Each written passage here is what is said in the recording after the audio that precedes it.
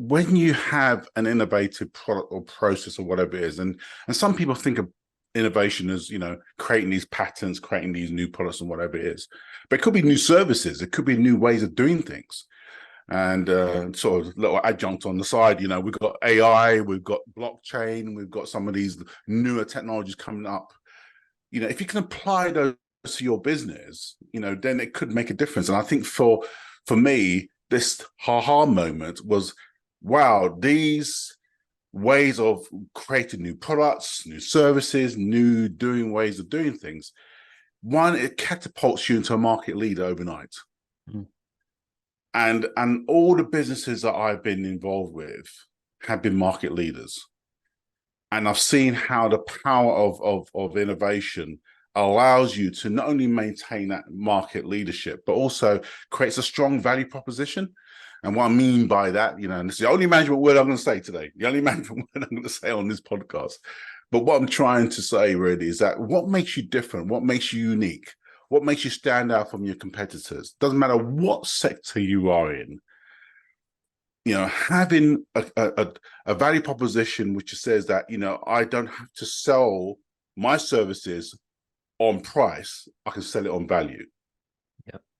So I always say this to people: what car do you drive? And people say, "Oh, well, I drive a BMW, Mercedes." This sort of the chest out, type of thing, wherever it is that, look, I can afford a Mercedes, I can afford a BMW, and I also always say to them, well, why not a Skoda? Why not a Kia? Why not a Hyundai? They got better warranty, and also they're 20 grand priced less. Why do you want to go for that? And they're sort of squirming their seats, but they've been sold the elements of aspiration, of value. So BMW have sold them a pup in terms of, this will make you look good, this will make you look cool, this will make you look like a rich person, whatever it is. But when you buy into that, you bought into that value proposition. You haven't bought into the nuts and bolts of the fact that it takes you from A to B just as much as good as a Skoda. But so by you creating that innovation piece, it allows you to be able to say, look, I have something that's different, that's unique. It has massive value to what you can do. It can provide these solutions that nobody else can provide. So therefore, it allows you to command a higher price in the marketplace than whatever it is. So hopefully that answers your question. But for me, that ha-ha moment around the power of innovation to really set your business up, better than anybody else.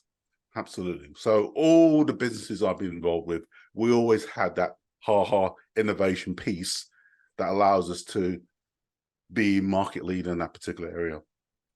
It's a really good analogy with the cars, because a lot of the cars actually, they get their parts, or they get developed from other places that do other cars. They have like a common pool of parts and that kind of thing, which is and the actual cars themselves, like you said, they differ in price, they differ in those points.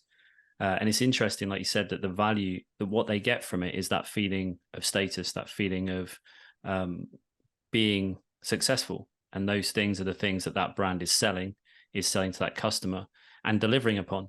And the thing is that whether or not that's warranted or not in terms of what that does, if it's making them feel in that way, it's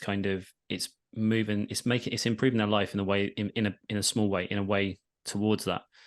So it's interesting you said that, because I think that's a really good point, that it's about the value that you can provide and that you can create through experience, through the product, through the service, through, like you said, innovations, design and tech. So from your perspective, when you work with businesses, what are some of the processes you go through early on to establish some of that, or look into that, or find those unique selling propositions?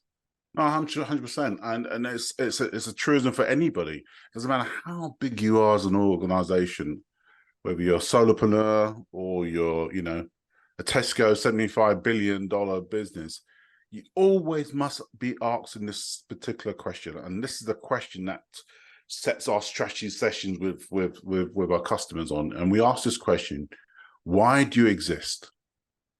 What is the customer pain that you're solving? So those two questions are really fundamentally important, because you've got to think sometimes, and I think a lot of the bigger companies, they get this hubris element where they think they're going to be there for another 25, 50, 100 years. We've always done it this way, and this is how we will continue to do it. And that hubris can sometimes leave customers behind. And the classic example is Blockbuster. I always love to use this little case study where we got this apocryphal meeting with Blockbuster and Netflix CEOs in a room, and Blockbuster were, what's this startup with a streaming service, and it was at a time when broadband was a bit clunky, you know, and dial-up was still at the time in vogue and all the rest. But these guys felt that this was the future, this was going to happen, wherever it is, and took the opportunity to say, look, if you buy us for $50 million, at the moment, all we're doing is selling CDs in the post, but eventually we're going to be online. That's where the future is. Blockbuster said, nah, laughed the people out the door.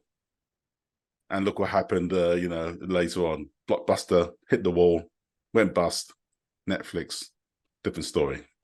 So it just demonstrates really how if you're not close to your customer, if you don't really understand what that pain point is with the customer, then you can sometimes lose your identity in terms of why you exist, why you were there in the first place, why did people buy from you?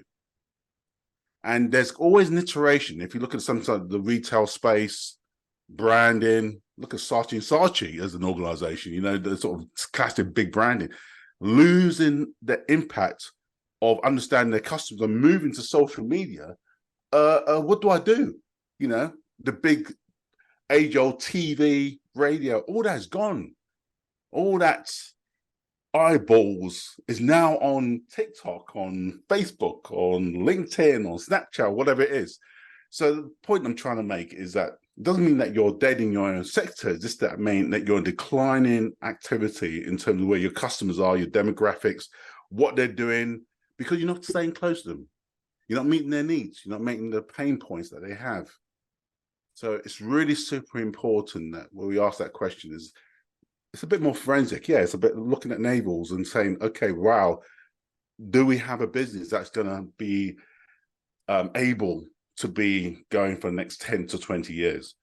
Or basically, are we going to hit a wall in 5 years because of some new technology or some new entrance or some competitor who's coming to the market and just stealing all our thunder? What is it? What do we need to do to ensure that, one, we stay close to our customers and understand the pain points that they have in real time? And that data-driven analysis, that's the bit that we try and foster into that discussion as well. You know, how can you be so close to your customers that you can smell them, you know what they're wearing, you know what cat that they kicked to you the other day, whatever it is, you know, you've got that real insight into the intelligence of your customers, because if they change, you've got to change too.